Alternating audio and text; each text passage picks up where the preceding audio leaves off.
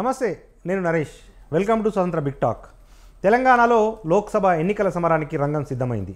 రేపు ఉదయం ఎన్నికల నోటిఫికేషన్ వెలువడనుండగా ఆ తర్వాత నుంచి నామినేషన్ల స్వీకరణ ప్రక్రియ ప్రారంభం కానుంది. ఈ నెల 25న నామినేషన్ల ప్రక్రియ ముగుస్తోంది. ఇన్నాళ్ళు అభ్యర్థుల కోసం వేచి చూసిన చాలామంది ఆశావాహులు రేపటి నుంచి నామినేషన్ల పర్వాన్ని శ్రీకారం చుడుతూ ఉన్నారు. అయితే ఇప్పటి వరకు కూడా కాంగ్రెస్ పూర్తి స్థాయిలో అభ్యర్థులను ప్రకటించుకోలేకపోయింది. బీఆర్ఎస్, బీజేపీ వారం 10 రోజుల క్రితమే అభ్యర్థులను ఎంపిక చేయగా కాంగ్రెస్ ఇప్పటికీ కరీంనగర్, ఖమ్మం, హైదరాబాద్ ఈ 3 పార్లమెంట్ స్థానాలకు సంబంధించి అభ్యర్థులను ఖరారు చేయలేకపోయింది. దాంతోపాటు బీఆర్ఎస్, బీజేపీలతో పోలిస్తే కాంగ్రెస్ ప్రచారం కాస్త తగ్గినట్టుగా కనిపిస్తూ ఉంది. ఈ నేపథ్యంలో లోక్సభ ఎన్నికల్లో రాష్ట్ర రాజకీయాలు ఏ రకంగా ఉండబోతూ ఉన్నాయి? ఎందుకంటే రోజు రోజు మాటల తూటాలు పేలుతూ ఉన్నాయి. మాజీ ముఖ్యమంత్రి కాంగ్రెస్ ప్రభుత్వాన్ని టార్గెట్ చేయగా కాంగ్రెస్, బీఆర్ఎస్, బీజేపీ ఒకే తాను ముక్కలు, ఈ 2 పార్టీలు భవిష్యత్తులో కలిసిపోతాయి అని చెప్పి కాంగ్రెస్ పార్టీ ఒక వాదన అయితే తెర మీదకి తీసుకొస్తున్న పరిస్థితులు తెలంగాణలో మనం చూస్తా ఉన్నాం. ఈ నేపథ్యంలో దీనికి సంబంధించిన డిబేట్ను కొనసాగిద్దాం. మనతో పాటు ప్రముఖ రాజకీయ విశ్లేషకులు మన్నెం కోటేశ్వరరావు గారు ఉన్నారు. మరికొంతమంది కూడా జాయిన్ అయ్యే అవకాశాలు ఉంటాయి. ప్రస్తుతం బ్రేక్ తీసుకుందాం.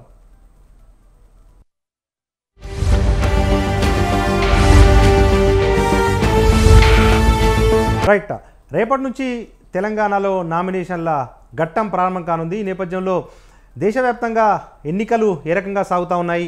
ఎందుకంటే కాంగ్రెస్, బీజేపీ 2 జాతీయ పార్టీలు కూడా తమ మేనిఫెస్టోను విడుదల చేసిన పరిస్థితి కనిపిస్తూ ఉంది. ఇక మనతో పాటు డిస్కషన్లో పార్టిసిపేట్ చేస్తూ ఉన్నారు మన బిగ్ టాక్లో ప్రముఖ రాజకీయ విశ్లేషకులు మన్నెం కోటేశ్వరరావు గారు. కోటేశ్వరరావు గారు నమస్తే అండి. నమస్తే. రైట్ సార్, ఎల్లుండి కొన్ని రాష్ట్రాల్లో ఎన్నికలు జరగనున్నాయి. లోక్సభ ఎన్నికల తొలి ఫేజ్ ఎన్నికలు జరగనున్నాయి. అదే సమయంలో తెలంగాణలో కూడా రేపటి నుంచి నామినేషన్ల పర్వం ప్రారంభం కానుంది. ఎట్లా ఉంది సార్? అంటే నిజంగా ఎన్నికలు ప్రజా సమస్యల మీద జరుగుతూ ఉన్నాయా? బీజేపీ, కాంగ్రెస్ మేనిఫెస్టోలు చూసిన తర్వాత ఏమనిపిస్తుంది?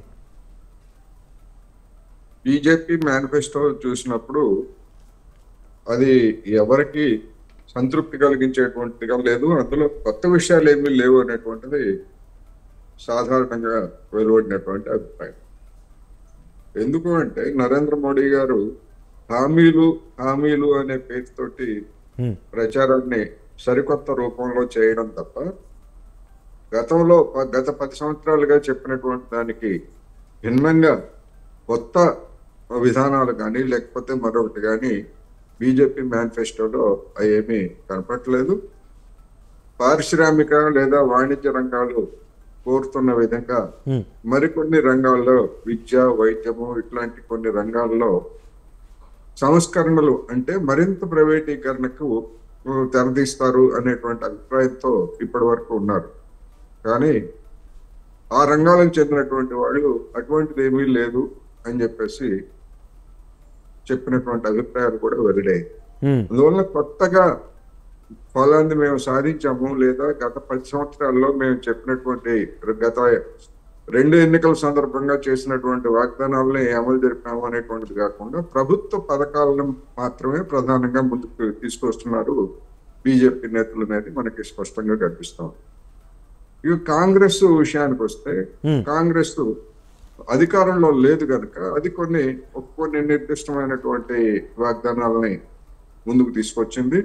అటువంటి వాగ్దానాలు మన కర్ణాటకలో జరిగినటువంటి అసెంబ్లీ ఎన్నికల్లోనూ అదేవిధంగా తెలంగాణలో జరిగినటువంటి అసెంబ్లీ ఎన్నికల్లోనూ వాటి యొక్క ఫలితాలను గమనించిన తర్వాత బహుశా దేశవ్యాప్తంగా అలాంటి సంక్షేమ పథకాలతోటి లేదా ఆకర్షక పథకాలతోటి ఓటర్లను ఆకట్టుకోవచ్చు అనేటువంటి అభిప్రాయాన్ని కేంద్ర బీజేపీ నాయకత్వం, కాంగ్రెస్ నాయకత్వం భావిస్తున్నట్టుగా కనిపిస్తాం.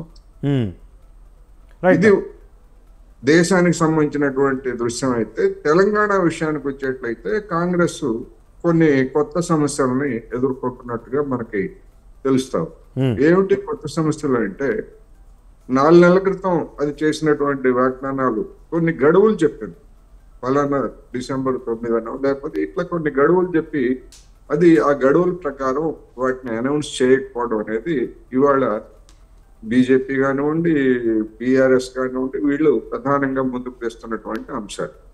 అందువలన ఇక్కడ ఉన్నటువంటి పరిస్థితి అదేవిధంగా దేశంలో ఉన్నటువంటి పరిస్థితికి కొంత తేడా ఉన్నది అనేది కూడా ఈ సందర్భంగా చెప్పుకోవచ్చు అనేది నా అభిప్రాయం.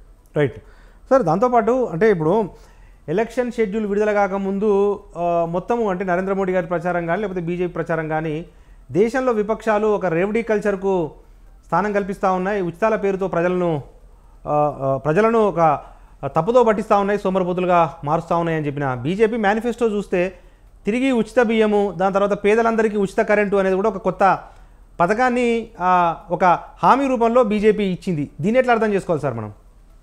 ఇప్పుడు మనకి తెలుగులో కొన్ని సామెతలు ఉన్నాయి.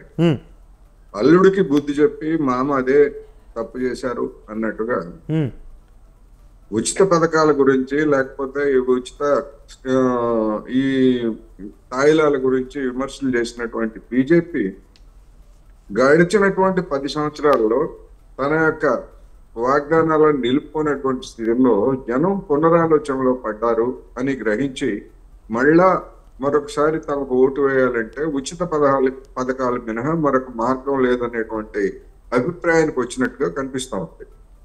ఒకవైపేమో పరస్పర విరుద్ధమైనటువంటి వాదనలు, దేశంలో దరిద్రాన్ని మేము తొలగించాము, గడిచినటువంటి 10 సంవత్సరాల కాలంలో మేము 25 కోట్ల మందిని దారిద్ర్యం నుంచి బయటపడేశాము, గతంలో ఏ పాలకులు కూడా ఈ విధంగా చేయలేదనేదేమో ఒకవైపు చెప్తారు.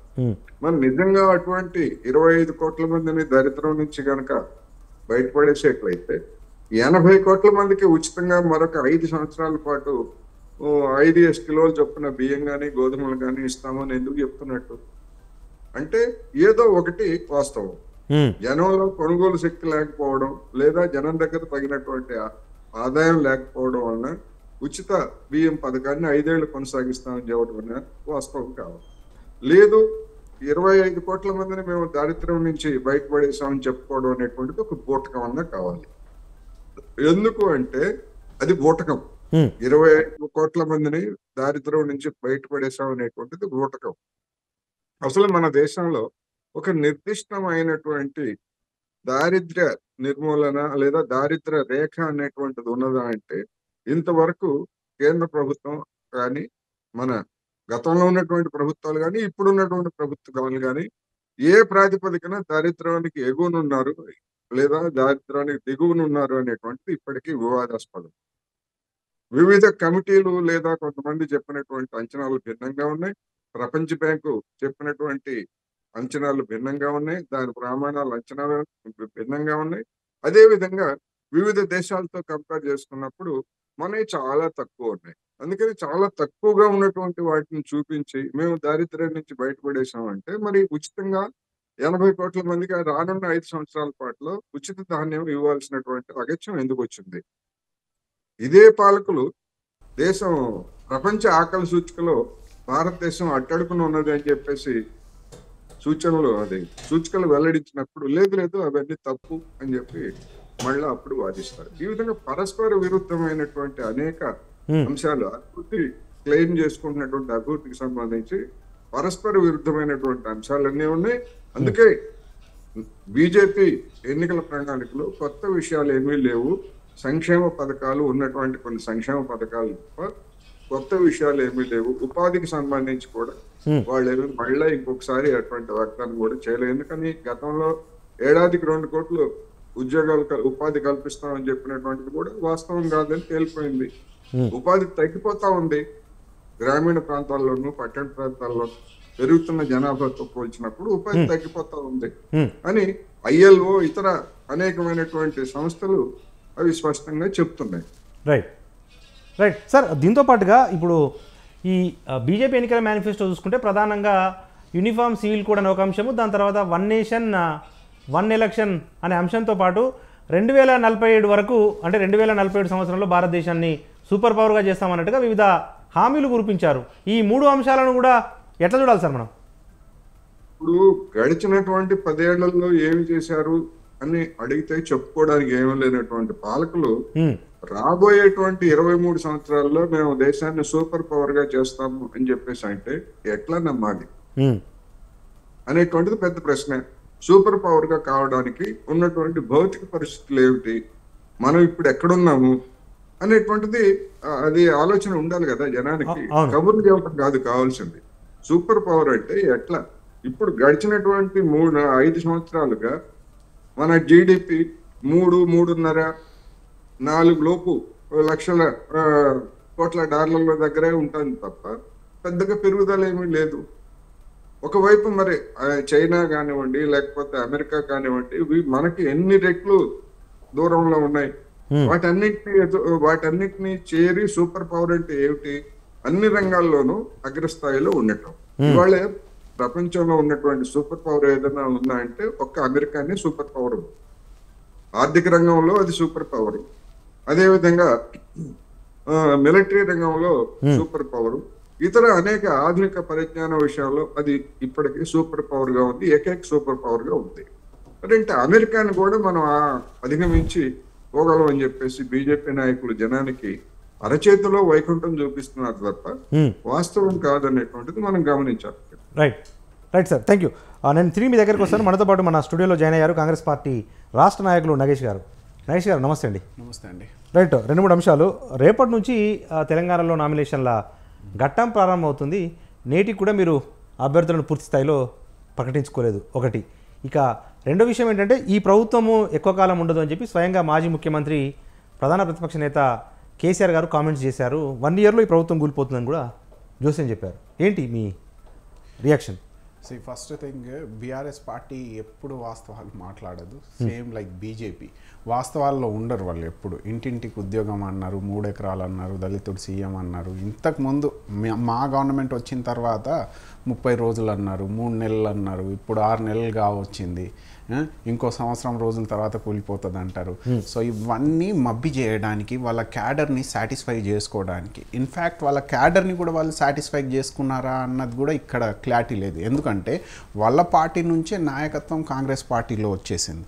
అంటే అక్కడ ఏబుల్ లీడర్షిప్, క్రెడిబుల్ లీడర్షిప్ లేదు, అది ఫెయిల్యూర్ ఉంది కాబట్టి. అంటే వాళ్ళ నాయకత్వ రూపంలో మేమున్నామని చూపించుకోవడానికే అదేదో అంటారు కదా, లఫూట్ మాటలు మాట్లాడదాం. ఒకవేళ మీరు బాధ్యత గల అపోజిషన్ లాగా ఉంటే లిల్లీపుట్లు వీటిలు కాకుండా లఫూట్ కేటగిరీలో ఉండకుండా అసెంబ్లీ అత్యంత పవిత్రమైన తెలంగాణ రాష్ట్ర అసెంబ్లీకి వచ్చి చెప్పండి. బయట సభలు పెట్టుకోవడం ఎందుకు? ప్రజా సంక్షేమం కోసం, తెలంగాణ మంచి కోసం ఆడ మాట్లాడండి. ఆడికి రారు మీరు. లెస్ ఈ ఆడికెళ్ళి మీరు ఎమోషనల్ ఎక్స్ప్లాయిట్మెంట్ చేద్దాం అనుకుంటారు. ఏది 120 ఫీట్ అంబేద్కర్ స్టాచ్యూ పెట్టాము, మీరు అక్కడికి వెళ్ళి ఏది పూలదండ వేయట్లేదు, సచివాలయంలో వెళ్ళి మీరు కూర్చుంటున్నారు. అది కూడా బీఆర్ఎస్ పార్టీ కట్టించింది. అంటే బీఆర్ఎస్ పార్టీ కట్టించింది అంటే ఇంటు సొమ్మా? అది ప్రజాధనమే కదా. ఇంకో వాస్తవం ఏంటంటే వాళ్ళు గ్రహించాలి ఇవన్నీ. బీఆర్ఎస్ పార్టీ నాయకత్వం, ఇదే నాయకత్వం, కేసీఆర్ గారి నాయకత్వం, కేసీఆర్ గారే స్వయంగా అన్నారు ఈ రాజ్యాంగం మార్చాల్సిన అవసరం ఉంది. అంటే ఎవరండి అంబేద్కర్ ఐడియాలజీని తుంగలో దొక్కేది? ఇంకో విషయం, ఆ 120 ఫీట్ స్టాచ్యూ దగ్గరనే పెట్టాలా? కాంగ్రెస్ పార్టీ క్యాడర్ గాంధీ భవన్ నుంచి కింది డివిజన్ వరకు, క్షేత్రస్థాయి వరకు అంబేద్కర్ జయంతి చేసిర్రు, సెలబ్రేట్ చేసి ఘనంగా చేసుకున్నారు. అంటే ఓ చిత్రపటాన్ని కాదు, 120 ఫీట్ దగ్గరనే పెట్టాలా? అంటే మీ అండర్స్టాండింగ్ ఏంది? సబ్జెక్ట్ అండర్స్టాండింగ్ బీఆర్ఎస్ వాళ్ళు. సో ఇవన్నీ మబ్బి చేసే మాటలు తప్ప ఇంకేం లేదు. ఇప్పుడు ఈడికి వస్తే క్యాండిడేట్ నిర్ణయం, మా దగ్గర లీడర్షిప్ ఉన్నప్పుడు, మాకు రేవంత్ రెడ్డి వేవ్, కాంగ్రెస్ వేవ్ ఉన్నప్పుడు, Modi wave, BJP wave, BRS wave ఏది లేనప్పుడు బాధ్యతగా మంచి డిసిషన్ తీసుకోవాల్సిన అవసరం ఉంది. ఆ డిసిషన్లో గెలిచే గుర్రాలనే ఎంపిక చేయాలి. ఇప్పుడు చెవెళ్ళ పార్లమెంటరీకి చేయి చెవెళ్ళ అన్న రంజిత్ అన్న నినాదంలో ఎలా ముందుకెళ్తున్నారు? వైద్య, విద్య, అందుబాటు అని. అంటే అలాంటి గెలిచే నాయకత్వాన్ని తీసుకొచ్చి చైర్లో కాన్స్టిట్యుయెన్సీ ప్రజలకు ఇస్తే ప్రజలు కూడా గెలిపించుకుంటారు. అదే స్క్రూటినీ ప్రాసెస్లో ఇది లేట్ అవుతుంది తప్ప ఇంకా వేరే ఉద్దేశం కాదు. కాంగ్రెస్ పార్టీ ఏమనుకుంటుంది? మినిమం 14 కొట్టాలి పార్లమెంట్ ఎలక్షన్లో. ఈ పార్లమెంట్ ఎలక్షనే మాకు రెఫరెండం అని మా సీఎం గారు అంటున్నారంటే ఎంత కాన్ఫిడెన్స్గా, ఎంత బాధ్యత రహితంగా, ఎంత స్ట్రాటజికల్గా మేము ముందుకు వెళ్లాల్సిన అవసరం ఉంది. It's a part of strategy నేను అంటున్నాను. ఇక్కడ ఇంకో విషయం, నేషనల్కి పార్లమెంట్కి పంపించాల్సిన అవసరం ఉంది మన నాయకత్వం అన్నప్పుడు నేషనల్ పార్టీస్ కాంగ్రెస్ బీజేపీకే పోటీ ఇక్కడ. మళ్ళీ ఇంకోటి చెప్తా, బీజేపీ కూడా కరెక్ట్ ఆప్టిమం పోటీలో లేదు. ఎందుకు లేదు అంటే అక్కడ కూడా లీడర్షిప్ నుంచి క్యాడర్ వరకు డిఫిషియన్సీ ఉంది. అట్లీస్ట్ కాస్తో కూస్తో బీఆర్ఎస్ లాస్ట్ 10 years చేసిన సర్వీస్కి క్యాడర్ ఉండొచ్చు అక్కడక్కడ, కానీ బీజేపీ క్యాడరే లేదు. అదే చెవెళ్లలో చూడండి అసలు క్యాడరే లేదు. సో నేనేమంటున్నా, ఇక్కడ కాంగ్రెస్ పార్టీ దగ్గర క్యాడర్ ఉంది, వేవ్ ఉంది, రేవంత్ రెడ్డి వేవ్, కాంగ్రెస్ వేవ్ ఉంది. నేషనల్లో కూడా ఇప్పుడు ఇందాక అన్నారు మన అనలిస్ట్ గారు, బ్యూటిఫుల్ వర్క్. ఏ పార్టీ అయినా లాస్ట్ 10 yearsలో చేసింది ఏంది చూపించుకోవాల్సిన అవసరం ఉంది. అంతేగాని బీజేపీ మేనిఫెస్టో చూడండి, సంకల్ప పత్ర అంటారు. ఇంకేం సంకల్పం? మీరు లాస్ట్ 10 yearsలో ఏంది చేసింది ఏంది? మీరు జనగణన చేయలేదు. సో కాల్డ్ 5 trillion ఎకనామీ, దేశ సంపాదన ఈ ప్రజలకు ఎలా ఇస్తున్నారో తెలియదు. జనగణన చేయకుండానే ఎలా ఇస్తున్నారు, ఎలా రూలింగ్ చేస్తున్నారు తెలియదు. ప్రతి ఒక్క వర్గానికి, ఎస్సీ ఎస్టీ ఓబీసీకి, బహుజన సమాజానికి ఏ విధంగా న్యాయం చేశారో తెలియదు. తెలంగాణలో వచ్చేసరికి ఎస్సీ క్లాసిఫికేషన్ అంటారు.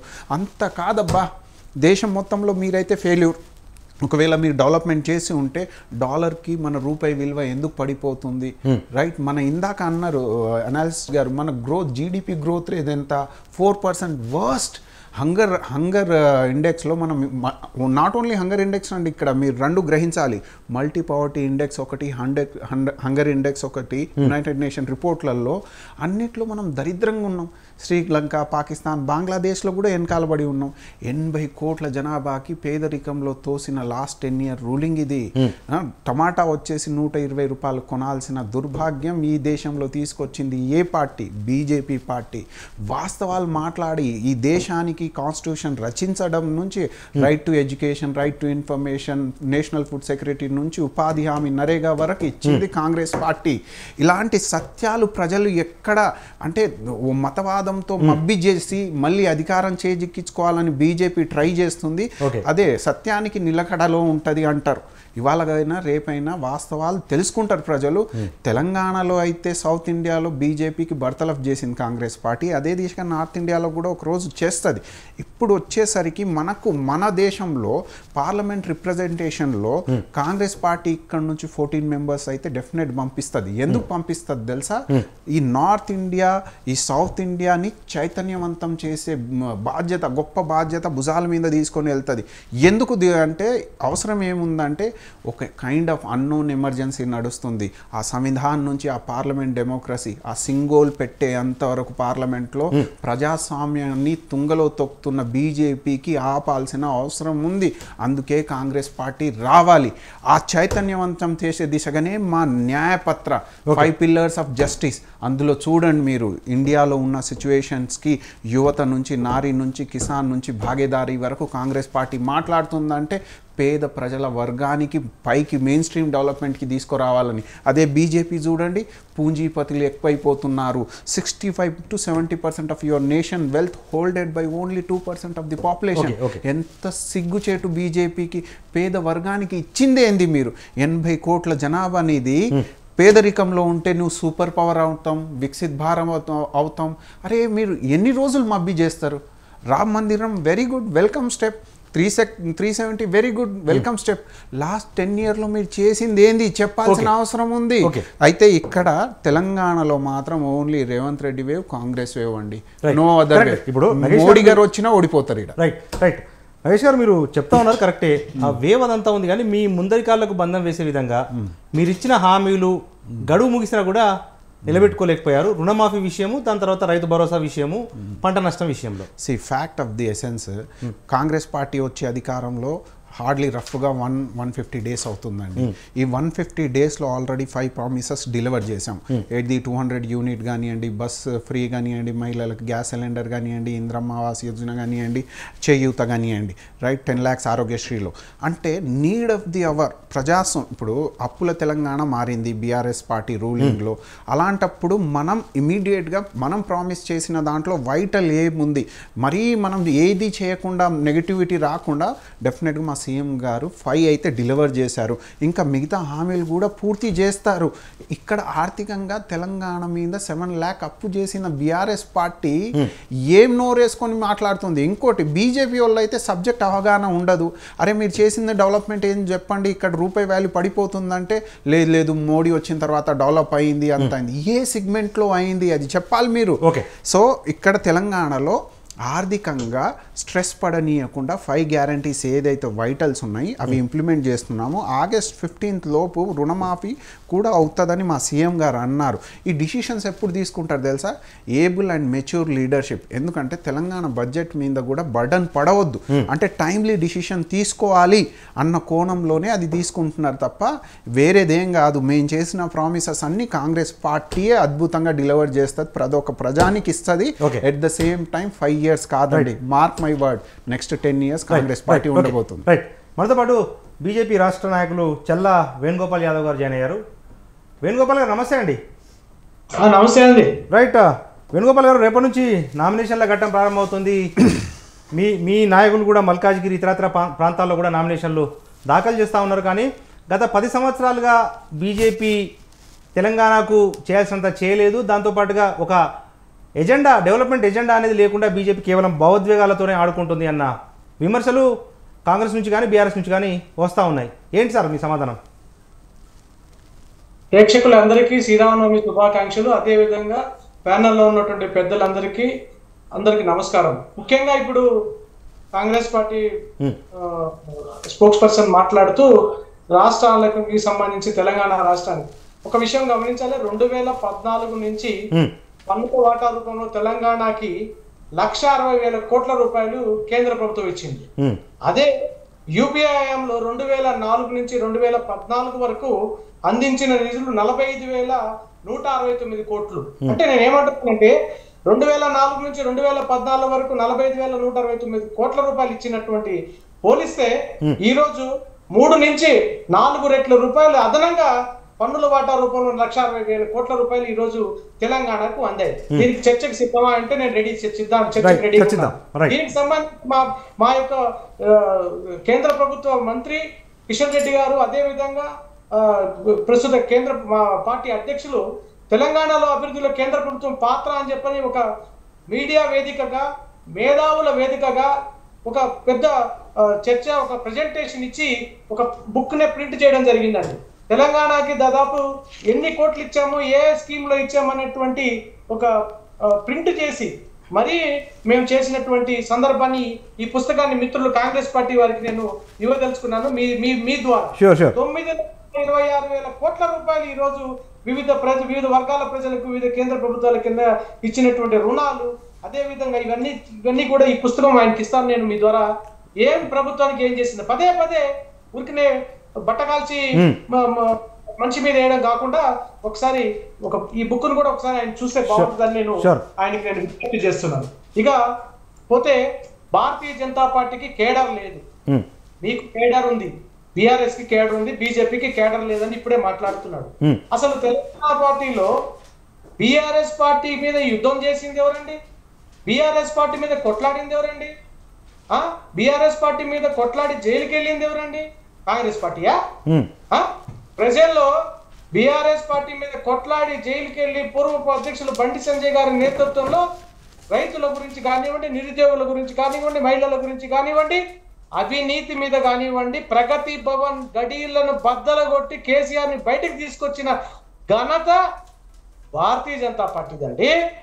తెలంగాణలో ఈ రోజు కాంగ్రెస్ పార్టీ ప్రభుత్వం వచ్చిందంటే కేసీఆర్ మీద ఉన్నటువంటి వ్యతిరేకతను ప్రజల్లోకి తీసుకొచ్చింది భారతీయ జనతా పార్టీ అండి. మీరు లాస్ట్ 6 నెలల్లో రేవంత్ రెడ్డి గారు పిసిసి ప్రెసిడెంట్ అయిన తర్వాత కొన్ని వేల కోట్ల రూపాయలు ఫండ్ రిలీజ్ సెట్ చేసుకొని ఒక సెక్షన్ ఆఫ్ మీడియా ద్వారా బీజేపీ బీఆర్ఎస్ ఒకటే అని చెప్పని ఒక విస్తృతంగా ప్రచారం చేసుకొని మమ్మల్ని 3rd ప్లేస్కి వచ్చి, మీరు ఫస్ట్ ప్లేస్కి వచ్చి, బీఆర్ఎస్ పార్టీని 2nd ప్లేస్కి వచ్చి మీరు 6 గ్యారంటీలు అని చెప్పని ప్రజల్లో ఒక 60,000 కోట్ల రూపాయలు అవసరమైన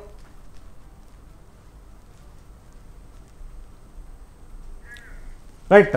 వేణుగోపాల్ యాదవ్ గారు, సాంకేతిక సమస్య తలెత్తినట్టుంది, తిరిగి నేను మిమ్మల్ని సంప్రదించే ప్రయత్నం చేద్దాం. మనతో పాటు ప్రముఖ రాజకీయ విశ్లేషకులు మన్నెం కోటేశ్వరరావు గారు ఉన్నారు. కోటేశ్వరరావు గారు, సరే ఇప్పుడు పదే ఇప్పుడు కేంద్రం నుంచి ట్యాక్స్ల రూపంలో కానీ లేకపోతే గ్రాంట్స్ రూపంలో కానీ తెలంగాణకు భారీగా నిధులు వస్తూ ఉన్నాయని బీజేపీ నేతలు చెప్తా ఉన్నారు. ఇంతకుముందు మాట్లాడుతూ కూడా యూపీ హయాంలో 10 సంవత్సరాల్లో తెలంగాణ ప్రాంతానికి 45,000 కోట్లు వస్తే ఇప్పుడు 1,60,000 కోట్ల రూపాయలు నిధులు వచ్చాయి అని చెప్తా ఉన్నారు. అసలు ఏంటి సార్ నిజంగా ఇంత స్థాయిలో అంటే 10 సంవత్సరాల్లోనే 3 రెట్ల మేర నిధులు ఇచ్చే అవకాశం ఉంటుందో ఒక రాష్ట్రానికి కేంద్రం నుంచి? ఇప్పుడు గతంలో ఏ విధంగా నిధులు వచ్చినా కేంద్రం నుంచి రాష్ట్రానికి, లేదా ఇప్పుడు అంటే గడిచినటువంటి 10 సంవత్సరాల్లో ఎట్లా వచ్చినప్పటికీ ఫైనాన్స్ కమిషన్ సిఫార్సుల మేరకు, ఫైనాన్స్ కమిషన్ ఫార్ములా మేరకు వస్తాయి తప్ప మన బుర్రల్లో పుట్టినటువంటి ఆలోచనల మేరకు కేంద్రం కానీ లేదా రాష్ట్రాలు కానీ నిధులు పొందవు, ఇవ్వవు అనేటువంటిది ముందు గమనించాలి. అది గమనించినప్పుడు ఫార్ములా ప్రకారం ఇచ్చారా లేకపోతే ఇంకో విధంగా ఇచ్చారా అనేటువంటిది ఒకటి. నరేంద్ర మోడీ గారు అంటే స్వాతంత్రం వచ్చిన తర్వాత 2014 వరకు ఉన్నటువంటి ప్రధానులు అందరూ అంటే వాజ్పేయి గారితో సహా చేసినటువంటి అప్పులు అక్యుములేషన్ 55 లక్షల కోట్లు. అదే నరేంద్ర మోడీ గారు అధికారానికి వచ్చిన తర్వాత ఆ 55 లక్షల కోట్లు ఇప్పుడు 180 లక్షల కోట్లకి పెరిగాయి. ఎందుకని? అంత దేశం అంత సుభిక్షంగా ఉండి లేదా అంత బ్రహ్మాండమైన అభివృద్ధి సాధిస్తే అంత అప్పు 10 సంవత్సరాల్లోనే అంత అప్పు చేయాల్సినటువంటి పరిస్థితి ఎందుకు వచ్చింది అనేటువంటిది ఒకటి. రెండోది, ఫైనాన్స్ కమిషన్ 2014 వరకు 31%, 32%, 31% రాష్ట్రాలకి కేంద్రం నుంచి పన్నులు వాటా ఇవ్వాలంటే ఫైనాన్స్ కమిషన్ ఆ తర్వాత 41%, 40% సిఫార్సు చేసింది. 42% పెంచింది. 32% నుంచి 42% పెంచింది. అంటే ఇప్పుడు జమ్మూ కాశ్మీర్ కు తర్వాత 1% తగ్గించారు. సార్ 1% తగ్గించారు, 41% వస్తూ ఉంది. అదే సమయంలో అదే కేంద్ర ప్రభుత్వము అనేక పథకాల యొక్క షేరింగ్ అంటే కేంద్రం రాష్ట్రం షేర్ చేసుకునేటువంటి వాటన్నింటినీ కూడా కేంద్రం తన వాటాన్ని తగ్గించి రాష్ట్రాల మీదకి ఆ భారాన్ని నెట్టింది. అంటే ఒక చేత్తో 41% నిధులు ఇచ్చి మరొక చేతితోటి ఆ నిధులని రాష్ట్రాలకి అంటే రాష్ట్రాల దగ్గర ఉన్నటువంటి వనరులని హరించే విధంగా కేంద్ర ప్రభుత్వం పథకాల్లో మార్పులు చేసిందనేటువంటి కూడా ఒక వాస్తవం. ఎట్ ది సేమ్ టైం అంతకుముందు రాష్ట్రాల నుంచి కేంద్రానికి వెళ్ళినటువంటి ఆదాయం గురించి కూడా బీజేపీ మిత్రుడు చెప్తే నిజాయితీ ఉండేది. అంటే యూపీఏ పాలనలో 10 సంవత్సరాలలో రాష్ట్రాల నుంచి కేంద్రానికి వెళ్ళినటువంటి పన్నుల మొత్తం ఎంత, గడిచినటువంటి 10 సంవత్సరాల్లో రాష్ట్రాల నుంచి కేంద్రానికి వెళ్ళినటువంటి పన్నుల మొత్తం ఎంత అనేటువంటిది కూడా చెప్పాలి. ఉదాహరణకి పెట్రోల్ మీద యూపీఏ పాలనలో లీటర్కి 10 రూపాయలు, 10.5 రూపాయలు ఉంటే వీళ్ళు ఏం చేశారు తర్వాత దాన్ని 30 రూపాయలు పైన పెంచారు డీజిల్ కి, పెట్రోల్. ఆ పెంచినటువంటి వాటిల్లో ఒక్క పైసా కూడా రాష్ట్రాలకి అది పన్ను కాదు, సెస్సుల రూపంలో పెంచారు. ఆ పెంచినటువంటి సెస్సుల్లో ఒక్క పైసా కూడా రాష్ట్రానికి రాదు. మరి కేంద్రం ఆ విధంగా రాష్ట్రాల నుంచి వసూలు చేసినటువంటిది దాని సంగతి ఏమిటి? అది జనం మీద భారం, రాష్ట్రాలకి అన్యాయం చేయటమే కదా. అదే ఎక్సైజ్ పన్ను అనుకోండి, ఎక్సైజ్ పన్ను రూపంలో కనుక పెట్రోల్ డీజిల్ మీద కనుక పెంచుంటే రాష్ట్రాలకి అందులో కూడా 40% వాటా వచ్చుండే. కానీ సెస్సుల రూపంలో పెంచింది ఎందుకు అంటే రాష్ట్రాలకి నిధులు బదులైపోయి ఎగవేయడం కోసం సెస్సుల రూపంలో పెంచారు. పోనీ ఆ సెస్సుల రూపంలో పెంచిన దాన్ని సక్రమంగా ఖర్చు చేశారా, సక్రమంగా ఖర్చు చేశారనే దానికి రుజువులు లేవు. ఉదాహరణకి మేము కిసాన్ సన్మాన్ యోజన కింద 60,000 కోట్లు 70,000 కోట్లు మేము ఇస్తున్నాము ప్రతి సంవత్సరం అని చెప్తున్నాం. కానీ వ్యవసాయ అభివృద్ధి పేరుతోటి మీరు పెట్రోల్ డీజిల్ మీద వసూలు చేస్తున్నటువంటి మొత్తం సంగతి ఏమిటి? దాన్ని మరి ఏ రూపంలో రైతులకు ఇస్తున్నారు? అందుకని ఇలాంటి విషయాలన్నీ కూడా వాస్తవాలు అందరికీ తెలుసు. కానీ బీజేపీ పెద్దలు ఇదిగో మా కిషన్ రెడ్డి గారు ఈ పుస్తకం వేశారు, ఆ పుస్తకం వేశారు, ఆ పుస్తకం సంగతి అందరికీ తెలుసు, గతంలో కూడా చర్చించాము. ఆ కేంద్ర ప్రభుత్వం పథకాలన్నింటినీ కూడా అందులో పేర్కొని ఇది రాష్ట్రానికి ఏదో తెలంగాణకి ఒరగబెట్టినటువంటి ఒక ప్రత్యేకత అని చెప్పి చెప్తున్నారు. అదే పథకాలు పక్కనే ఉన్నటువంటి ఆంధ్రప్రదేశ్కి లేదా ఇతర బీజేపీ పాలిత రాష్ట్రాలకి అదే ఇతర రాష్ట్రాలకు కూడా వర్తింపు చేస్తున్నారనేటువంటిది అందరికీ తెలిసినటువంటి సత్యం. ప్రత్యేకంగా తెలంగాణకి ఏం వరకు పెట్టారనేటువంటిది ప్రశ్న. అది అడిగితే అది చెప్పకుండా అయిపోతుంది, పుస్తకం వేసాను చూడండి అంటారు. ఏముంది ఆ పుస్తకంలో? కేంద్ర ప్రభుత్వాలన్నింటినీ గుదిగుచ్చి చూపించారు అంతే తప్ప ఒక్క పైసా కూడా ఇవ్వడానికి కేంద్రానికి అధికారం లేదు. ప్రత్యేకంగా తెలంగాణకి కానీ లేదా ఒక బీజేపీ పాలిత రాష్ట్రానికి కూడా.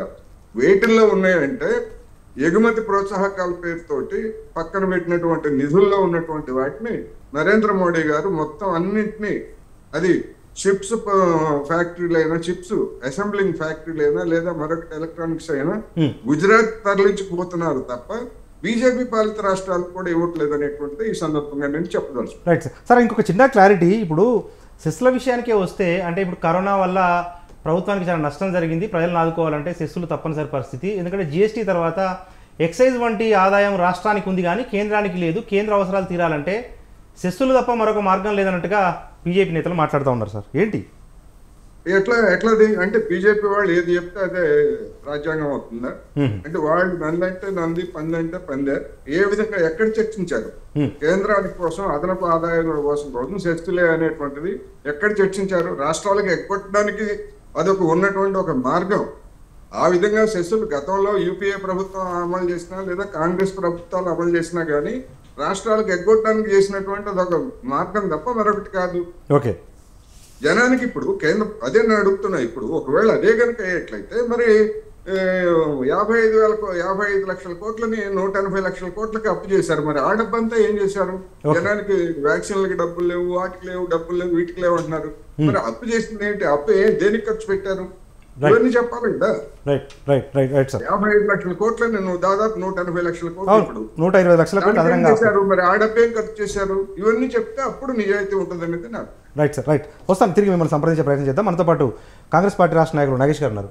నాగేష్ గారు, ఇంతకుముందు మీరు మాట్లాడుతున్నట్టుగా హంగర్ ఇండెక్స్లో మనము కిందికి వెళ్ళిపోయాము, పేదరికంలో కిందికి వెళ్ళిపోయాము, అవన్నీ అంతర్జాతీయ స్థాయిలో కొన్ని దేశాలు కానీ లేకపోతే పెద్దన్న పాత్ర పోషించే అమెరికా వంటి దేశాలు మన దేశం మీద జరుగుతున్న కుట్రగా బీజేపీ కేంద్ర ప్రభుత్వం గతంలో కూడా రిజైండర్ ఇచ్చింది. ఏంటి మరి దీనికి మనం నవ్వాల్సిన అవసరం ఉంది? ఒకవేళ వాళ్ళు అలా అంటున్నారంటే లెట్సే బేసిక్ ఎగ్జాంపుల్ అండి, రూపాయి వాల్యూ పడిపోతుందంటే మీ దగ్గర ఎఫ్డిఐస్ రాలేదని అర్థం. ఎఫ్డిఐ రాలేదు అంటే చేతగానితనం పరిపాలన, రైట్? ఎఫ్డిఐ రాలేదు అంటే మన దగ్గర ఎంప్లాయ్మెంట్ జనరేషన్ అవ్వలేదని అర్థం. ఎంప్లాయ్మెంట్ జనరేషన్ అవ్వలేదంటే ప్రతి ఒక్క ఇంటికి ఆర్థికంగా మనం సపోర్ట్ చేయలేదు అన్న అర్థం. అప్పుడే వాళ్ళు హంగర్ ఇండెక్స్ పవర్టీ కిందికి వస్తారు. మల్టీ డైమెన్షనల్ పవర్టీస్ పెరిగిపోతున్నాయి, రైట్? ఇది లాజికల్ రీజనింగ్, మనం అర్థం చేసుకోవాల్సిన విషయం ఇది. డాలర్తో రూపాయికి అగెనెస్ట్ కంపేర్ చేస్తే ఒకవేళ డాలర్ స్ట్రెంథెనింగ్ అవుతుందంటే మన ఎక్స్పోర్ట్ పెరిగినట్టు, మన దగ్గర ఎంప్లాయ్మెంట్ జనరేట్ అయినట్టు, మన దగ్గర నిత్యావసర ధరలను మనం కంట్రోల్ చేస్తున్నట్టు, repo rate, reverse repo rate అన్నీ కంట్రోల్ చేస్తున్నట్టు. దిస్ ఈజ్ ఎ సైన్స్, ఇది ఎకనామికల్ సైన్స్. ఇక్కడ అనాలిసిస్ గారు ఉన్నారు, అడగండి, రైట్? ఇవన్నీ కాకుండా మనం ఇంకో పారామీటర్ చూద్దాం. బీజేపీకి సైన్స్ చెప్తే వాళ్ళకి అర్థం కాదు, ఎందుకంటే డార్వినే రాంగ్ అన్నారు వాళ్ళు. ఓకే, సో ఇప్పుడు ఫార్మర్స్ ఇన్కమ్ డబుల్ చేస్తామన్నారు, అయినాయా? ఇంతవరకు ఫార్మర్స్ ఎంఎస్పి లీగల్ చేయండి రా స్వామి అంటే వాళ్ళకు ఢిల్లీ చుట్టూ సరౌండింగ్లో ధర్నా కూర్చున్న వాళ్ళకు చంపుతున్నారు, జైళ్ళల్లో వేస్తున్నారు. సెకండ్ 100 స్మార్ట్ సిటీస్ అన్నారు, వచ్చాయా 100 స్మార్ట్ సిటీస్? అంత డబ్బులు ఇచ్చిందిగా సెంట్రల్ నుంచి స్టేట్కి. అట్లీస్ట్ ఒక్క Warangal is there in smart సిటీనో. వచ్చిందా తెలంగాణకి స్మార్ట్ సిటీ? రాలేదుగా. జన్ ధన్ యోజన అన్నారు, 15 lakhs బ్లాక్ మనీ వస్తుంది అన్నారు, వచ్చిందా? మీరు మోసపోయారు, నేను మోసపోయానుగా. 2 crores జాబ్స్ అన్నారు. ఎవరు ఈ దేశాన్ని మోసం చేస్తుంది? యువతను మోసం చేస్తుంది. ఓపిక ఉండండి, క్వశ్చన్ లింక్ ఉన్నాయి, వేననా ఇంకా ఉన్నాయి క్వశ్చన్స్. నేను గుర్తు చేస్తాను మీకు. నెక్స్ట్ మీదే ఉంది, చెప్పండి. నెక్స్ట్ వెరీ బ్యూటిఫుల్ థింగ్, వీళ్ళు ఏమన్నారు? బేటీ బచావ్ అన్నారు. ఈరోజు బేటీల్ని రేప్ చేస్తుంది ఎవరు? వీళ్ళ ఎంపీ బ్రిజ్ భూషణ్ కదా. మన అథ్లెట్స్ ఏమో గోల్డ్ మెడల్ గెలిచి వస్తే ఏమో మోడీ గారు ఫోటో దిగుతారు, అదే బేటీ మీద రేప్ ఛార్జెస్ అవుతే వీళ్ళ ఎంపీ మీద యాక్షన్ ఉండదు, ఈవెన్ ఎఫ్ఐఆర్ రిజిస్టర్ అవ్వదు. ఈ దేశంలో బేటీ సురక్షితంగా ఉందా? ఇంకోటి వీళ్ళు అన్నారు, కొత్తగా నాటకానికి తెరదీశారు, 400 బార్ అప్కి బార్ అన్నారు. ఒకవేళ 420 బహార్ అంటే ఎట్లా ఉంటుంది, రైట్? ఇది డెమోక్రసీ కదండి. డెమోక్రసీలో పార్లమెంట్ని ఇనాగ్రేషన్ చేయడానికి ప్రెసిడెంట్ ఆఫ్ ఇండియా ఓ మహిళ ఉండదు, కానీ హ్యూమన్ రిజర్వేషన్ బిల్ పెడతారు. అది కూడా 2029లో ఇంప్లిమెంటేషన్ అంటారు. ఏ ఆర్డినెన్స్ రూపంలో తీసుకోరండి, అయిపోతుంది స్వామి. ఆర్డినెన్స్ రూపంలో వస్తే సడన్ ఇంప్లిమెంటేషన్ ప్రాసెస్కి వస్తుంది. లేదు, మీరు ఈ దేశానికి ఇచ్చిన టెండర్స్ ఏవైతే ఉన్నాయో లాస్ట్ 10 years టెండర్స్ మీరు తీసి చూస్తే అందులో బహుజన సమాజానికి విచ్ ఈస్ 75 to 80% ఆఫ్ ఈ దేశ జనాభాకి వీళ్ళు ఇచ్చింది ఎంత తెలుసా? 1 to 2%. అంటే ఎవరండి ఆర్థికంగా లబ్ధి పొందింది? అదే అప్పర్ క్యాష్ కదా, అదే బ్రహ్మణవాదం కదా, రైట్? మనం మనం అన్న కలలు కన్నా వచ్చేది ఎప్పుడు నిత్యావసర ధరలు పెరిగిపోతున్నాయి, ఇవన్నీ డౌట్ లేవా? మీరు 10 yearsలో చేసింది ఏంది? 10 years చాలా తక్కువ సమయము. మా ప్రయత్నాలు మేము చేస్తా ఉన్నాము. ఇప్పుడు మీరు అన్నారు ఇంతకుముందు ఎస్సీ ఎస్టీలకు కాంట్రాక్ట్లో రిజర్వేషన్ లేవు అని. కాంగ్రెస్ ప్రభుత్వం ఉన్నప్పుడు కూడా అదే జరిగింది కదా. ప్రత్యేకంగా మమ్మల్ని పిన్ పాయింట్ చేయడం ఏంటి లేదు అనేది బీజేపీ వాదన. నేను చెప్తా చూడండి, మీరు ఇక్కడ historical fact with logical reasoning ఉండాలి. Reservation in higher education cabinet minister Ajit Singh తీసుకొచ్చాడు, ఈ దేశానికి ఇచ్చారు. అదే వైఎస్ఆర్ రూలింగ్లో ఆరోగ్యశ్రీ అన్నాం 5 lakhs అని. అదే కాంగ్రెస్ రూలింగ్లో ఎవ్రీ పర్ ఇయర్కి 4 times repo rate, reverse repo rate RBI through monitoring చేసేటోళ్ళం ఇన్ఫ్లేషన్ కంట్రోల్ చేయడానికి. అదే కాంగ్రెస్ రైట్ టు ఎడ్యుకేషన్ తీసుకొచ్చింది, అదే కాంగ్రెస్ నరేగా తీసుకొచ్చింది, అదే కాంగ్రెస్ అత్యోదయ అన్న యోజన అంటే ఫుడ్ సెక్యూరిటీ బిల్ తీసుకొచ్చింది. ఇంతవరకు బీజేపీ ఇచ్చింది ఏంది ఈ దేశానికి? నేను అదే అంటున్నా. Okay, good luck. ఆర్టికల్ 370 ఇచ్చారు, థ్యాంక్ యూ. రామ్ మందిరం ఇచ్చారు, థ్యాంక్ యూ. కానీ వెల్ఫేర్ ఓరియంటెడ్లో ఈ దేశానికి ఇచ్చింది మీరు ఏంది? అబద్ధాలు తప్ప ఏమి లేవు. రైట్. ఓకే, మనతో పాటు చల్లా వేణుగోపాల్ యాదవ్ గారు ఉన్నారు, బీజేపీ రాష్ట్ర నాయకులు. సార్ వేణుగోపాల్ గారు, ప్రధానంగా 2014 ఎన్నికల్లో మీరు ఇచ్చిన ధరల నియంత్రణ కానీ, నిరుద్యోగం కానీ, నల్లధనం వాపసు తీసుకొస్తామని కానీ, ఈ అచ్చేదిను, ఈ 4 అంశాలకు సంబంధించే బీజేపీ కార్నర్ అవుతా ఉంది. ఏంటి సార్ ఈ 4 నేను పేర్కొన్న ఈ 4 అంశాల పట్ల బీజేపీ గత 10 సంవత్సరాలుగా చేసింది ఎంత మేర అంటే ఏం చెప్తారు సార్? 60 సంవత్సరాల కాంగ్రెస్ పాలనలో అధోగతి పాలైంది దేశం అంతా. చెప్పినాక ఏం చేశారు? 10 సంవత్సరాల వినండి మాట్లాడుతున్నాను. 60 సంవత్సరాల కాంగ్రెస్ పాలనలో ఎల్ఈడి బల్బు 350 రూపాయలు ఇచ్చారండి. ఒకసారి 60 సంవత్సరాల్లో ఎల్ఈడి వాళ్ళకి వీధి దీపాలకు సంబంధించి ఎంత బిల్లు పెట్టారంటే 350 రూపాయల నుంచి 400 రూపాయలు పెట్టారు. అదే మోదీ ప్రభుత్వంలో 50 రూపాయలకి ఎల్ఈడి బల్బు పెట్టారు. కనీసం టాయిలెట్లు లేవు ప్రజలకి. ఈ రోజు 30 కోట్ల మందికి రేషన్ బియ్యం ఇస్తున్నారు. దాదాపు 25 కోట్ల మందికి టాయిలెట్లు మహిళలకి కట్టించాము స్వచ్ఛ భారత్ లో. అదేవిధంగా విద్యుత్ తీగలు, విద్యుత్ లేని ప్రాంతాల్లో మీరు ఎంతసేపటికి మన రాష్ట్రానికి ఏమి ఇచ్చారు, ఆంధ్రప్రదేశ్కి ఏమి ఇస్తున్నారు? ఇప్పుడు హైదరాబాద్ లో ఎన్నో వేల కోట్ల రూపాయలు వస్తున్నాయి, హైదరాబాద్ కి ఖర్చు పెడుతున్నారా? హైదరాబాద్ రాష్ట్రం కానీ ఇప్పుడు హైదరాబాద్ ప్రజాప్రతినిధులు కానీ పవర్ పాయింట్ ప్రజెంటేషన్ ఇవ్వట్లేదు కదండి. మొత్తం సొమ్ము మొత్తం మేము 9.5 లక్షల కోట్లు ఇచ్చాం, 10 లక్షల కోట్లు ఇచ్చాం, పవర్ పాయింట్ ప్రజెంటేషన్ చేయట్లేదు కదా. మీరు పవర్ పాయింట్ ప్రజెంటేషన్ చేసింది కాబట్టి అడుగుతా ఉన్నారు. నేను ఏమంటున్నానంటే 60 సంవత్సరాల్లో జరుగుతున్నటువంటి ఆ పేదరికాలు పేద ప్రజలకు లబ్ధి చెందినటువంటి ఈ రోజు 100 రూపాయలు పై స్థాయిలో కేంద్ర ప్రభుత్వం వస్తే కింద ఈ రోజు లబ్ధిదారుని అకౌంట్లో 100 రూపాయలు పడుతుంది. కాంగ్రెస్ ప్రభుత్వంలో రాజీవ్ గాంధీ ఒప్పుకొని చెప్పాడు, 100 రూపాయలు నేను పంపిస్తుంటే కిందకి 16 రూపాయలు చేరుతుంది, దీనికి ఎటువంటి పరిష్కారం తీసుకోవాలన్నటువంటి ఆలోచన అప్పట్లో జరిగింది. నేను ఏమంటున్నానంటే ఈ రోజు లబ్ధిదారుడికి గ్యాస్ ద్వారా కానివ్వండి, అదేవిధంగా జల్ జీవన్ మిషన్ ద్వారా కానివ్వండి, రైతుకి సంబంధించినటువంటి కిసాన్ సమ్మాన్ యోజన కానివ్వండి, ప్రధానమంత్రి ఆవాస్ యోజన కానివ్వండి, ఇల్లు కానివ్వండి, ఇవన్నీ కూడా ఈ రోజు పేద ప్రజలకు రేషన్ బియ్యం కానివ్వండి, వైద్యపరంగా ఆయుష్మాన్ భారత్ కానివ్వండి, 5 లక్షల రూపాయలు ఇన్సూరెన్స్ కానివ్వండి, ఇవన్నీ కూడా 10 సంవత్సరాల్లో ఇవన్నీ చేసుకుంటూ రక్షణ రంగానికి పెద్దపీట వేస్తూ ఇన్ఫ్రాస్ట్రక్చర్ ఏదైతే హైవేల యొక్క అభివృద్ధీకరణలో రోజుకి ఎన్ని వేల కిలోమీటర్లు వేస్తున్నారో వాళ్ళకి కూడా తెలుసు, ఎన్ని బ్రిడ్జీలు వేస్తున్నారు, ఎన్ని రకాల అనుసంధానం చేస్తున్నారు.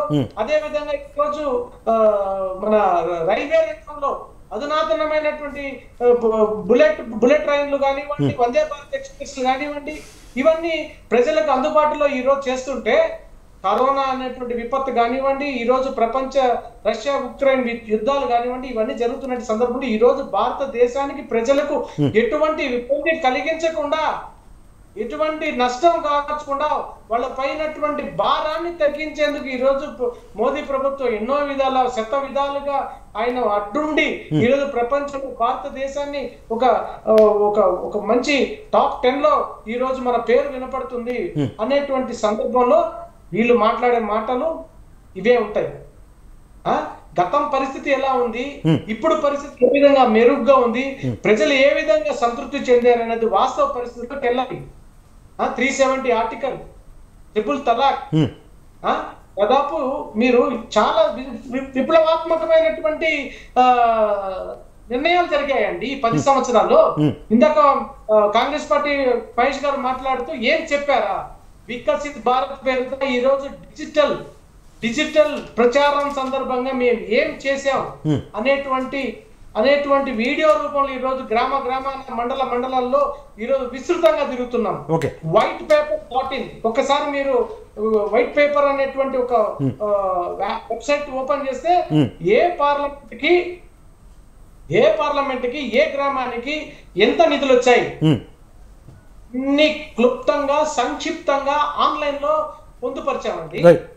ఈ రోజు స్కాములు లేని ప్రభుత్వము, ఈ రోజు ఉగ్ర దాడులు లేని ప్రభుత్వము, ఈ రోజు రక్షణ రంగానికి సైనికులకి ఒక ప్రత్యేకమైనటువంటి వాళ్ళకి వసతి కల్పించిన ప్రభుత్వం, స్వయం ప్రతిపత్తి సంస్థలకు ఈ రోజు వాళ్ళ యొక్క సొంత నిర్ణయాలు తీసుకొని వాళ్ళకు ఉన్నటువంటి శక్తులు సామర్థ్యాలను ఈ రోజు వాళ్ళకే వినియోగించుకునే విధంగా చేస్తున్నటువంటి ప్రభుత్వము. ఇక రాష్ట్రాల్లో పన్నుల వాటికి సంబంధించి తిరిగి ఎంత పొందుతుందంటే ఉచిత హామీలు ఇచ్చి ఈరోజు రాష్ట్రాల అప్పుల్లోకి తీసుకెళ్తున్నటువంటి కుటుంబ పార్టీలకి ఈరోజు బుద్ధి చెప్పే విధంగా ఈరోజు వాళ్ళకి ఈరోజు దేశంలో మోడీ గారు ఒక ఈ గవర్నెన్స్ తీసుకొచ్చి మంచి పాలన అందిస్తుంటే ఈ వీళ్ళకి రాబోయే రోజుల్లో 400 బార్ అప్కి బార్ 400 బార్ అని చెప్పి 400 పైచిలుకు స్థానాలు రేపు రాబోతున్నామని చెప్పని వీళ్ళకి ఏదో వస్తున్నాను. వేణుగోపాల్ గారు తిరిగి ఒక నిమిషం. మనతో పాటు ప్రముఖ రాజకీయ విశ్లేషకులు మన్నెం కోటేశ్వరరావు గారు ఉన్నారు.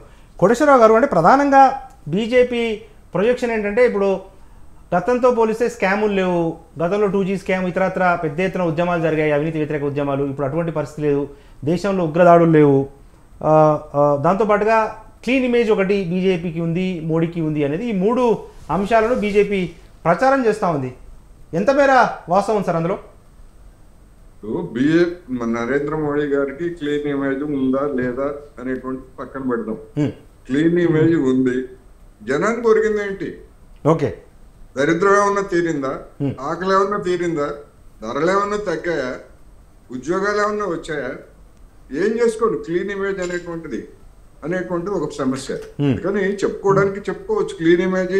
ఆయన క్లీన్ ఇమేజ్ ఏమిటో, గుజరాత్ లో జరిగింది ఏమిటో, మణిపూర్ లో జరిగింది ఏమిటో, లేదా ఇతర అదాని అంబానీల పట్ల ఆయన క్లీన్ ఇమేజ్ అంటే జనానికి అందరికి తెలుసు. నేనేమంటున్నానంటే ఒకవేళ నిజంగా ఉందనుకుంటే దానివల్ల జనానికి ఒరిగింది ఏమిటి అనేటువంటిది సమస్య. ఉదాహరణకి ఇప్పుడు పెన్షన్లు ఇస్తున్నారు, వృద్ధాప్య పెన్షన్లు ఇస్తున్నారు రాష్ట్రాల్లో. ఈ వృద్ధాప్య పెన్షన్ స్కీమ్ ఎవరిదండి? కేంద్ర ప్రభుత్వంది, రాష్ట్ర ప్రభుత్వాలది కాదు. అవును, కేంద్ర ప్రభుత్వం. నేషనల్ సోషల్ అసిస్టెన్స్ పేరుతోటి కేంద్ర ప్రభుత్వము యూపీఏ పాలనలో ఏర్పాటు చేసినటువంటిది. ఆనాడు కేంద్ర ప్రభుత్వము నిర్ణయించినటువంటి 300 లేకపోతే 350 లేకపోతే 80 ఏళ్ళు దాటితే 500, ఆ 500, 350 మాత్రమే కేంద్ర ప్రభుత్వం ఇవాళ రాష్ట్రాలకు ఇస్తా ఉంది. కానీ ఆంధ్రప్రదేశ్ లో 3000 ఇస్తున్నారు, లేదా మరికొన్ని రాష్ట్రాల్లో కేరళ వంటి రాష్ట్రాల్లో 2000 చిల్లర ఇస్తున్నారు, తమిళనాడు రాష్ట్రాల్లో 2000 చిల్లర ఇస్తున్నారు, తెలంగాణలో కూడా అమౌంట్ గణనీయంగానే ఇస్తున్నారు. ఆ సొమ్మంతా ఎవరు పెట్టుకుంటున్నారు? కేంద్ర ప్రభుత్వం ఏమి ఇవ్వట్లేదు, రాష్ట్ర ప్రభుత్వాలు పెడుతున్నాయి. దాన్ని ఇవ్వద్దు అని చెప్తారా వీళ్ళు? ఆ కారణంగా రాష్ట్రాలు అప్పులు పాలవుతున్నాయా?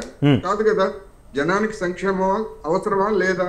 ఎందుకని కేంద్ర ప్రభుత్వం 10 సంవత్సరాల క్రితం 15 సంవత్సరాల క్రితం నిర్ణయించినటువంటి రేట్లన్నీ ఇప్పటికీ ఎందుకని కేంద్ర ప్రభుత్వము అమలు జరుపుతా ఉంది? ఎక్కడైనా ఏ బీజేపీ పాలిత రాష్ట్రాల్లో అయినా దక్షిణాదిలో ఇస్తున్నంతగా సోషల్ వెల్ఫేర్ పెన్షన్స్ ఏ రాష్ట్రంలో అయినా ఇస్తున్నారా? అక్కడ దరిద్రం ఉందా? ఉంది కదా. ఉత్తరప్రదేశ్ దరిద్రం ఉంది, కావాల్సిన దరిద్రం ఉంది. బీహార్లో కావాల్సిన దరిద్రం ఉంది, మధ్యప్రదేశ్లో దరిద్రం ఉంది. మరి అక్కడ జనానికి అక్కడ ఉన్నటువంటి రాష్ట్ర ప్రభుత్వాలు ఎందుకని ఇవ్వట్లేదు? ఆ కేంద్రం ఎంత ఇస్తే అంత ఇస్తున్నాయి తప్ప ఎందుకని ఇవ్వట్లేదు? దాని గురించి మాట్లాడరు. లేదు, రాష్ట్రాలు సంక్షేమ పథకాలు చేస్తే అప్పుల పాలు అవుతున్నాయి అంటున్నారు. నేను ముందే చెప్పాను, మరి రాష్ట్రాలు అప్పుల పాలవుతున్నాయి సంక్షేమ పథకాల వల్ల అని చెప్తున్నారు. మరి 55 లక్షల కోట్లని 180 లక్షల కోట్ల అప్పుల పాలు దేశానికి ఏ సంక్షేమ పథకాలు అమలు చెప్పారని చెప్పేసి అప్పుల పాలు అయితే దేశం, కేంద్ర ప్రభుత్వం, నరేంద్ర మోడీ గారు వాళ్ళు ఉంటారు, లేదా ఇంకోసారి ఉంటారు, లేదా దిగిపోతారు. ఆ తర్వాత ఆ భారం అంతా ఎవరు భరించాలి? ఇవి చేసినటువంటి అప్పు అంతా ఎవరి కోసం ఖర్చు చేశారు? అందువలన ఇవన్నీ కూడా కేంద్ర ప్రభుత్వం అమలు చెప్పేటువంటి పథకాలను చూపించి ఇదిగో ఇదే అభివృద్ధి అనేట్లయితే ఎందుకని అచ్చైదని వచ్చిందని చెప్పమానంటే నరేంద్ర మోడీ గారిని ఇప్పటికీ అదేం చెప్పలేక నేను గ్యారంటీ ఇస్తా, నన్ను ఒకసారి ఎన్నుకుంటే నేను గ్యారంటీ ఇస్తా అంటే దాన్ని బట్టి అర్థమవుతోంది ఇంతకు ముందు నేను చేసింది ఏమీ లేదు, నన్ను నమ్మండి, ఇప్పుడు నేను మీకు గ్యారంటీ ఇస్తాను అని చెప్పేసి ఇప్పుడు చెప్తున్నారు. అంతే కదా, దాని అర్థం ఏంటి? గ్యారంటీ అంటే ఏంటి? నేను హామీ ఇస్తున్నా, అమలు చెప్తానని హామీ ఇస్తున్నా అంటే 10 ఏళ్ల నుంచి నేను చేయలేదు. ఆయన చెప్పాడు కదా, ఇది ట్రైలర్ మాత్రమేనట. అంటే ఒక ట్రైలర్ తీయడానికి 10 ఏళ్లు పడితే అసలు సినిమా ఎప్పుడు చూపిస్తారు నరేంద్ర మోడీ గారు? Okay, right. అందుకని ఇవన్నీ కూడా ఏంటంటే ఒక మైండ్ గేమ్, ప్రచారంలో తప్ప మరొకటి కాదు. ఒకవేళ నిజంగా అభివృద్ధి జరిగితే 5 ఏళ్ల పాటు ఉచితంగా ఆహార ధాన్యాలు ఇవ్వాల్సినటువంటి అవసరం ఏంటి? ఓకే, అంటే మీరు అడుక్కునే స్థితిలో జనాన్ని ఇంకో 5 ఏళ్ల పాటు ఉంచుతారు అనేటువంటిది చెప్పకనే చెప్తున్నారు.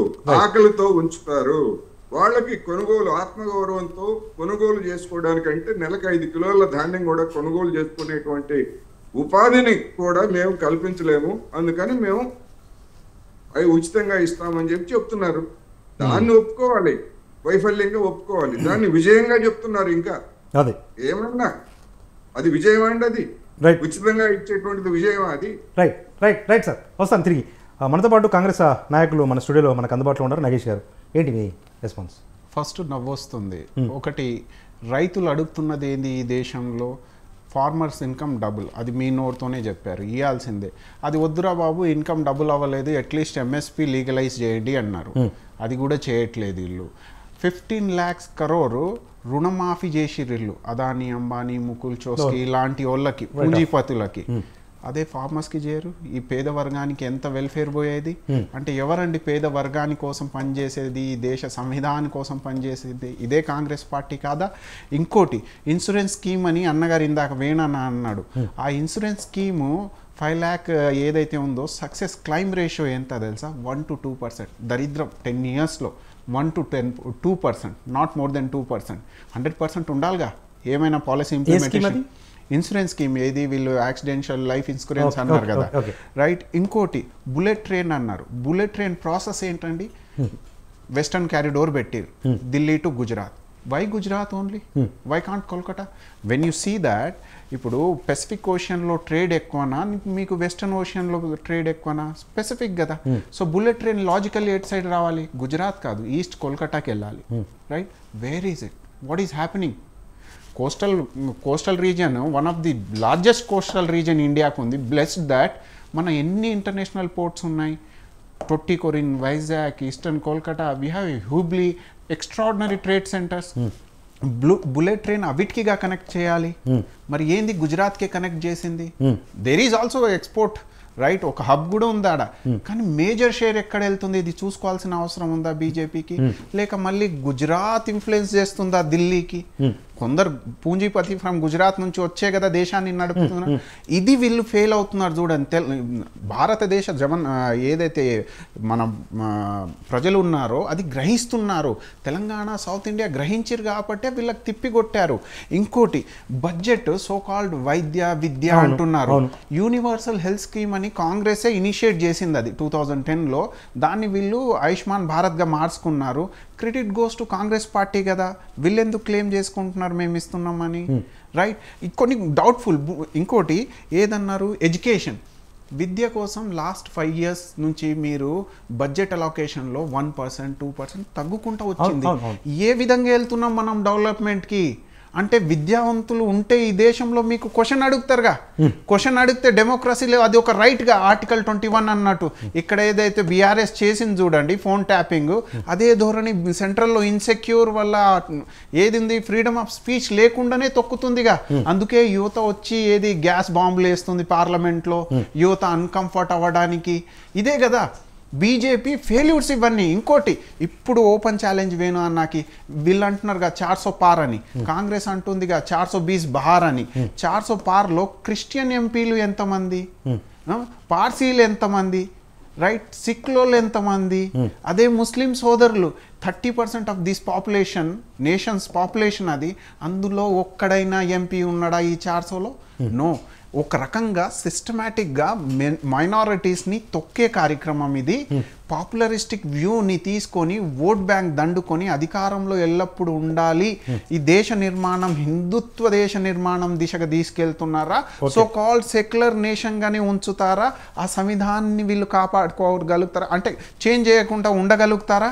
ఇవన్నీ క్వశ్చన్స్ కాదా? ఇవన్నీ బీజేపీ ఆన్సర్లు చేయాలి. ఇవన్నీ చేయకండి అండి, లెస్సే ఇవన్నీ చేయొద్దు. As a Congress spokes person నేనే అంటున్నా, ఇవన్నీ చేయకండి. లాస్ట్ 10 yearsలో మీరు తెలంగాణకి ఇచ్చింది ఏంది, దేశ యువతకు మహిళలకు అత్యంత అట్టడుగున ఉన్న వర్గాలకు ఇచ్చింది ఏంది చెప్పండి. ఏమైనా కమిటీ పెట్టిర్రా, ఆర్థికంగా వీళ్ళ సిచ్యువేషన్ ఎలా ఉంది, ఎడ్యుకేషన్ ఎలా, సోషియో ఎకనామికల్ పొలిటికల్ రైట్స్ వీళ్ళకి అందాయా, ఏమైనా కమిటీ పెట్టారా చెప్పమని చెప్పండి. ఏమైనా పాలసీస్ ఉన్నాయా వాళ్ళ వెల్ బీయింగ్ కోసం చెప్పమని చెప్పండి. రైట్ రైట్ ఓకే వేణు గారు, ఇప్పుడు సబ్కా సాత్ సబ్కా వికాస్ నినాదం వరకు ఓకే, కానీ అభివృద్ధి అనేది మొత్తం దేశవ్యాప్తంగా ఒకే రకంగా ఉండకుండా కేవలం కొన్ని ప్రాంతాలకు, మరీ ముఖ్యంగా ప్రధాని గారు కానీ లేకపోతే హోంమంత్రి గారు వచ్చే గుజరాత్కి ప్రాధాన్యత ఇస్తూ ఉన్నారు అనేది ఒకటి. రెండోది ప్రాతినిధ్యం కూడా ఇతర వర్గాలకు కరువు అవుతుంది బీజేపీ పాలన అన్నది రెండో ఆర్గ్యుమెంట్. సమాధానం ఏంటి సార్? ఇప్పుడు దేశం మొత్తం మీద ఈశాన్య రాష్ట్రాల్లో అభివృద్ధికి నోచుకోని రాష్ట్రాలు చాలా ఉన్నాయి. వాటికి కూడా డెవలప్మెంట్ అందించాలి. అక్కడ సెస్సులు రావు, అక్కడ జిఎస్టీలు రాదు, ఆదాయం రాదు. ఆదాయం వచ్చిన దగ్గరే అభివృద్ధి చెందాలని, ఆదాయం వచ్చిన దగ్గరే అన్ని అందాలని ఏం లేదు కదా. దేశం మొత్తం మీద అన్ని వర్గాలకు, అన్ని ప్రాంతాలకు, అన్ని సంబంధించినటువంటి రంగాలలో అభివృద్ధి చెందే విధంగా ప్రయత్నం చేస్తుంది భారతీయ జనతా పార్టీ, ఎన్డీఏ ప్రభుత్వము.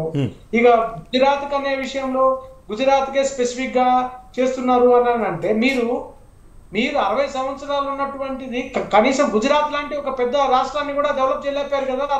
60 సంవత్సరాల్లో దేశంలో ఏ రాష్ట్రాన్ని మీరు డెవలప్ చేయలేకపోయారు కదా, ఏ క్యాపిటల్ మీరు డెవలప్ చేయలేకపోయారు కదా. అన్నగారు ఈ దేశానికి ఇంటర్నెట్ నుంచి కంప్యూటర్ ఇచ్చిందే Congress party. Right okay right ఇచ్చారు, కంప్యూటర్ ఇచ్చారు, టాయిలెట్ లేకుండా చేశారు, కరెంట్ లేకుండా చేశారు, కంప్యూటర్ ఇచ్చారు, కరెంట్ లేకుండా చేశారు. కానీ మొత్తం మీ హయాంలోనే వచ్చిందా సార్? అట్లా మాట్లాడితే ఇట్లా డెవలప్మెంట్ అసలు మేము చూడనట్టు, లైట్ ఇప్పుడే చూస్తున్నట్టు అట్లా మాట్లాడకండి. Everything, everybody seeing all the things, but no, don't worry, please listen what I am telling. See sir, ఒకటి నేను ఏమంటున్నానంటే, గతంలో యూపీఏ పాలనలో రోజుకి ఎన్ని కిలోమీటర్లు రోడ్లు నిర్మాణం జరిగింది, ఇప్పుడు రోజుకి ఎన్ని కిలోమీటర్లు రోడ్ నిర్మాణం జరుగుతుంది. గతంలో యూపీఏ ప్రభుత్వంలో రైల్వే రంగానికి ఎన్ని కిలోమీటర్ల నిర్మాణం జరిగింది, ఇప్పుడు ఎన్ని కిలోమీటర్ల నిర్మాణం జరుగుతుంది, ఎంత అభివృద్ధి ఇన్ఫ్రాస్ట్రక్చర్ మీద పెట్టుబడి జరుగుతుంది, ఎన్ని బ్రిడ్జిలకి ఎన్ని దూరం తగ్గించే విధంగా ఎన్ని రకాలుగా కొత్త బ్రిడ్జిలు వేయడం కానివ్వండి, అనుసంధానం చేసేటువంటి క్వాడ్రిలేటరల్ చతుర్భుజం లాంటిటువంటి వాజ్పేయి కళని ఈరోజు సార్థకం చేస్తున్నటువంటి మోదీ గారు, మీరు పార్సీలకి, క్రిస్టియన్లకి, మైనారిటీలకి ఉన్నారా అని అడుగుతున్నారు. ఏం హిందువులకి ఎందుకు మీరు అప్పుడు ఇవ్వలేదు? 60 సంవత్సరాల్లో హిందువులు అణచివేత కార్యక్రమం మీరు ఎందుకు చేశారు? 80% ఉన్నటువంటి హిందువులను ఎందుకు మీరు తొక్కిపెట్టారు? లాస్ట్ చరిత్ర తిప్పి చూడండి అన్నగారు, అన్ని వర్గాలకి, హిందూ మెజారిటీకి కూడా మెజారిటీ రిప్రజెంటేషన్ ఉంది పార్లమెంట్ లో. Last 57 years of our rule. దేశం భారతదేశంలో హిందువుల వైపు ఈ రోజు రామ మందిరం కట్టించి, ఈ రోజు రామ మందిరాన్ని ఈ రోజు ప్రతి హిందువు కాలర్ ఎగరేసే విధంగా జై శ్రీరామ్ అనే విధంగా ఈ రోజు చేశాము. ఈ రోజు అదే విధంగా హిందూ ధర్మంపై మాట్లాడుతున్నటువంటి కొన్ని కుహానా సెక్యులర్ వాదులకి వాళ్ళు వ్యతిరేకించి వాళ్ళ మాటలను ఖండించే విధంగా ఈరోజు భారతీయ జనతా పార్టీ ఈరోజు హిందూ ధర్మానికి ఒక రక్షణ కవచం. అది మీకు జీర్ణించుకోలేనటువంటి సమస్య అయిపోయింది. ఓకే సార్ ప్లీజ్ ముగిద్దాం. రైట్, మనకు సమయం కూడా మించిపోతా ఉంది. ఈరోజు మనతో పాటు డిబేట్లో పార్టిసిపేట్ చేసిన ప్రముఖ రాజకీయ విశ్లేషకులు మన్నెం కోటేశ్వరరావు గారు, మన స్టూడియోకి వచ్చి మన డిబేట్లో పార్టిసిపేట్ చేసిన కాంగ్రెస్ పార్టీ రాష్ట్ర నాయకులు నగేష్ గారు, వారితో పాటు బీజేపీ రాష్ట్ర నాయకులు చెల్లా వేణుగోపాల్ యాదవ్ గారికి అందరికీ కూడా ధన్యవాదాలు. ఇది వాళ్ళ బిగ్ టాక్. చూస్తూనే ఉండండి స్వతంత్ర.